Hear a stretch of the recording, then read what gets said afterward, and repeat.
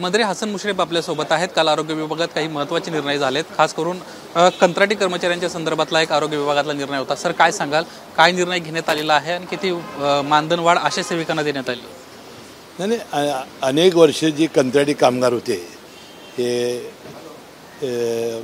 National health मिशनचे, त्यांना टप्प्याटप्प्याने त्यांना परमनंट करण्याचा निर्णय काल घेण्यात आला। अशा वर्करना 7,000 मानधन मिळत होतं, त्याच्यामध्ये 5,000 वाढ करून ते 12,000 करण्यात आलं। वैद्यकीय विभागासंदर्भात आणखीन महत्त्वाचे निर्णय झालेले आहेत। हॉस्टेलच्या बाबतीत निर्णय झालेले ते नेमके काय?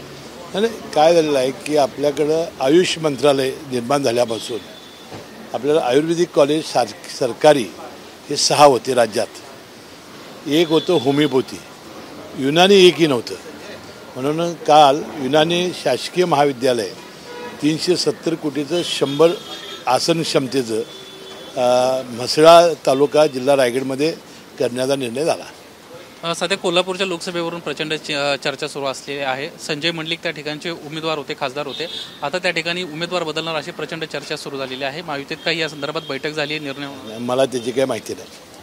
निलेश लंके आज राष्ट्रवादी काँग्रेस पक्षातून राष्ट्रवादी काँग्रेस शरदचंद्र पवार गटात प्रवेश करतायत, घर वापसी होती?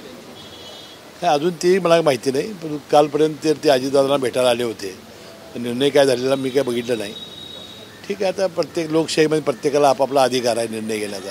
जयंत पाटील म्हणतात, मी जर एक फोन केला असता तर मी अजूनही महायुतीमध्ये मंत्रिपदाची शपथ घेऊ शकतो, पण मी शरद पवारांशी गद्दारी करणार नाही। ते खरं आहे, ते खरं आहे, ते मी सांगितलं अनेक वेळा, ते आपल्यावर होते म्हणून। जयंत पाटील हे आमच्यासोबत होते, ते खरं बोलतायत अशा पद्धतीची प्रतिक्रिया हसन मुश्रीफ यांना या निमित्तानं बोलताना दिली आहे। कॅमेरामन सचिन शिंदेसह निलेश बुदावले, एबीपी माझा, मुंबई। एबीपी माझा, उघडा डोळे बघा नीट।